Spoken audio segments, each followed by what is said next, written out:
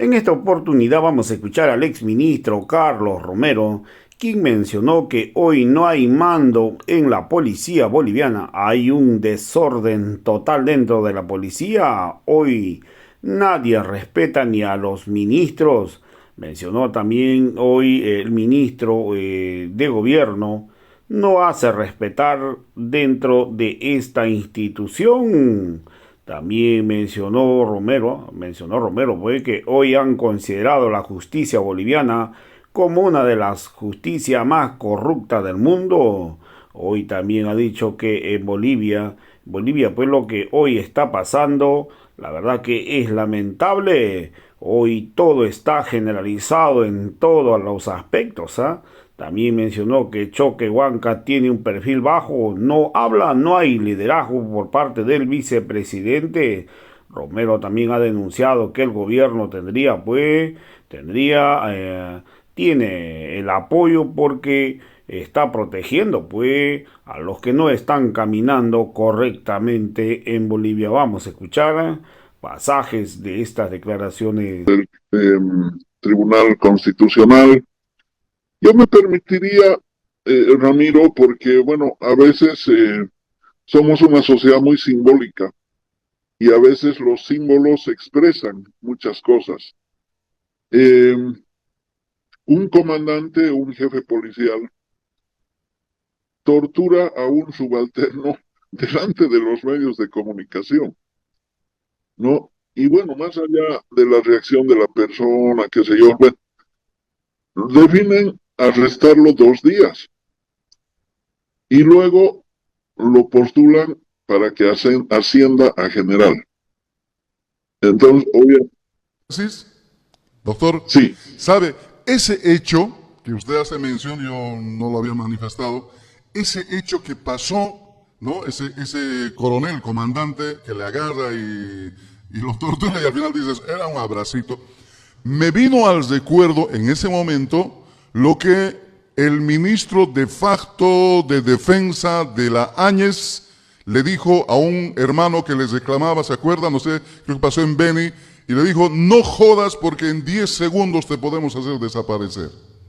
Me vino solamente a la mente actitudes de estas que aparecen como serias amenazas al pueblo. Solo ese paréntesis, si me permite, y es prudente el comentario, doctor. Adelante. sí, evidentemente, a mí me preguntaban, como exministro de, de gobierno, me preguntaban qué opino de ese hecho. Yo no quiero referirme a la persona, al jefe policial en su condición de persona, no. Yo quiero analizar el tema de la institución. Lo primero que se me viene a la cabeza, Ramiro, es que no hay mando en la policía. Es decir, la policía es la entidad que regula el comportamiento de las personas y por tanto debía ser ejemplo de comportamiento, porque lógicamente eh, si uno es profeta de la moral y las buenas costumbres, tiene que ejercerlo, ¿no? Entonces, lo primero que se me viene a la cabeza es, hay tal desorden y descontrol en la policía. Yo tengo tanta cantidad de comunicaciones, llamadas, que me mandan los policías, ¿no? La gente de la tropa de la base policial, expresando su malestar. Y lógicamente uno dice, no hay mando sobre la policía, porque si al ministro un delincuente, un narcotraficante, le trata de una serie de adjetivos, ¿no? Que yo no quiero repetirlos, adjetivos descalificadores, lo acusa además de corrupto, en fin. Entonces, usted rápidamente inferirá que en la policía no hay respeto a su ministro, que debería ejercer el mando sobre la policía. Y si no hay respeto al ministro, bueno, cada uno hace lo que le da la gana, incluida la pública de un jefe policial a su subalterno. Y evidentemente, si lo hace de manera pública, y es muy buena la analogía que usted hace con el exministro López, resulta que además es como que una muestra de soberbia, de prepotencia y de intimidación pública. Por un lado eso. Por otro lado, hace poco tiempo atrás, el comandante en jefe de las Fuerzas Armadas decía, yo soy el garante de la unidad nacional. Y a los que hablen de federalismo les advierto, o sea, eh, no tiene por qué debatir. Un jefe policial o un comandante en jefe de las Fuerzas Armadas no tienen potestad de deliberación de acuerdo a la Constitución Política del Estado. Lógicamente, porque son instituciones armadas, son instituciones de fuerza. Y las instituciones de fuerza eh, están prohibidas de hacer política en servicio activo, porque si hacen política en servicio activo, estarían en ventaja con relación a la sociedad civil, porque ellos tienen las armas. Entonces, por eso la Constitución les prohíbe hacer política. Pero resulta que el ministro de Defensa no ha abierto su boca, ¿no? Es otro políglota, otro que se calla en 7 idiomas, ¿no? Entonces, no ha abierto su boca, no dice nada. Habla más el comandante y jefe de las Fuerzas Armadas que el ministro de Defensa, ¿no? Y el ministro de Gobierno no dice nada sobre la tortura de un jefe policial, pero sí que a una compañera policía mujer por no haber podido hacer un número mínimo de flexiones que le había pedido. Y lo hace públicamente.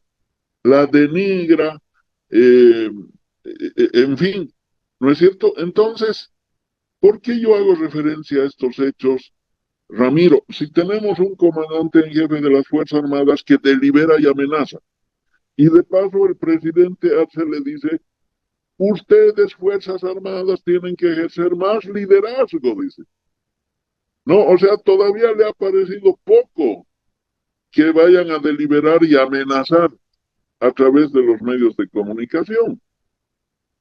Tenemos una policía que está cuestionada a nivel nacional e internacional todos los días por extorsiones, volteos, doble volteos, narcotráfico. Eh, Terrible, terrible. Es decir, la policía está en su peor momento de la historia. Tenemos un sistema de justicia que igualmente se lo considera el peor del mundo. En este momento, los organismos que hacen las calificaciones de comportamiento, los rankings institucionales, han calificado el sistema de justicia de Bolivia como el más deslegitimado del planeta. Inclusive está por debajo de la policía. Hay encuestas de opinión que le dan un nivel de credibilidad al sistema de justicia de 7%, Ramiro. Tenemos luego un tribunal constitucional que debe hacer control de constitucionalidad, pero resulta que se prorroga en su mandato, ¿no? Eh, y luego tenemos un tribunal electoral donde uno de sus vocales sale a insultar, a provocar, a denostar a un expresidente, a hacerse la burla de una organización política, refleja un comportamiento, pero absolutamente chabacano, ordinario, ignorante, que no hace, no da la talla con la jerarquía de autoridad y responsabilidad que representa. Tenemos un tribunal electoral que hace trampa, debilita la democracia, niega el Congreso de la UCAeñe, vulnera los principios legales y las normas legales, las garantías constitucionales, se ríe de las sentencias constitucionales como la de Ibirgarzama, etcétera, etcétera. sesiona en tiempo récord cuando le conviene, y cuando no le conviene dilata la resolución de los recursos que se presentan a esa instancia de jurisdicción administrativa. En fin, entonces, ¿qué está pasando? Los amaños han llegado ya hasta el fútbol.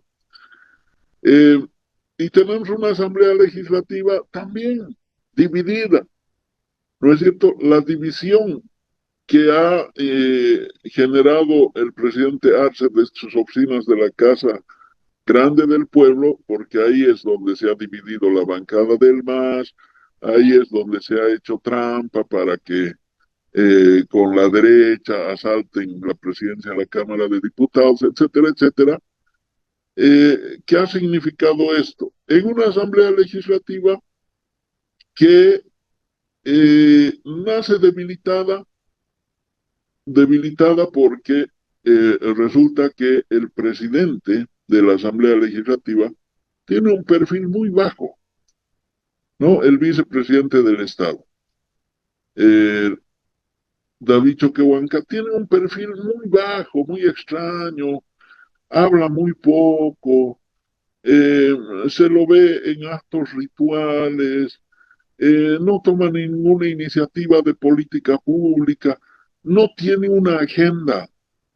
Es una asamblea legislativa sin, ¿no es cierto? Es una asamblea legislativa sin liderazgo.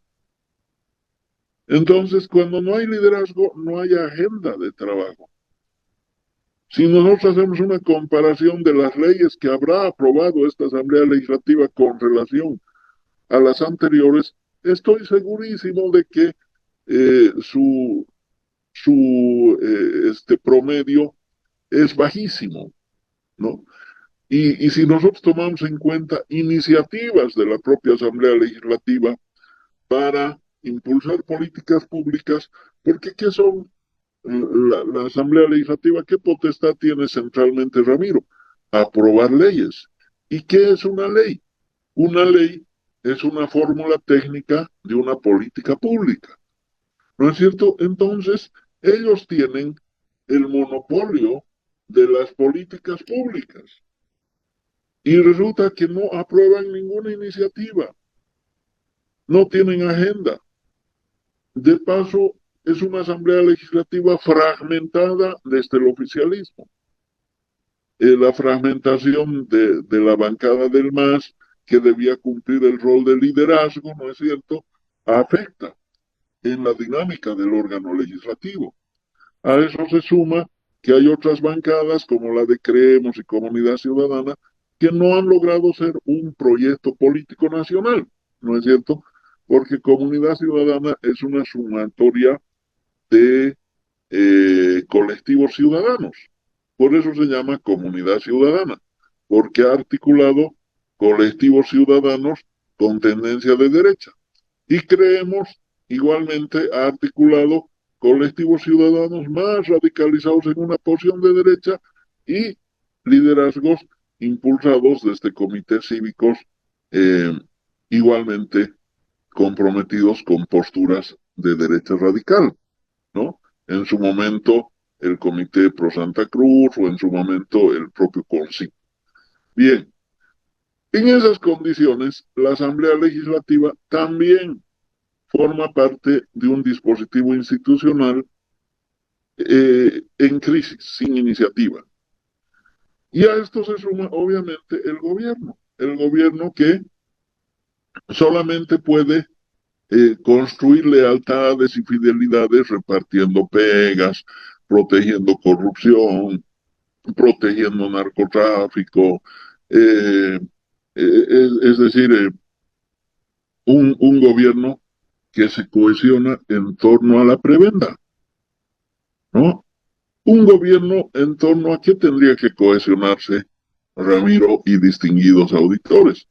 Tendría que cohesionarse en base a las ideas colectivas, las ideas fuerza colectivas, que representan la energía movilizadora del pueblo y la razón de ser de los gobiernos y de los estados.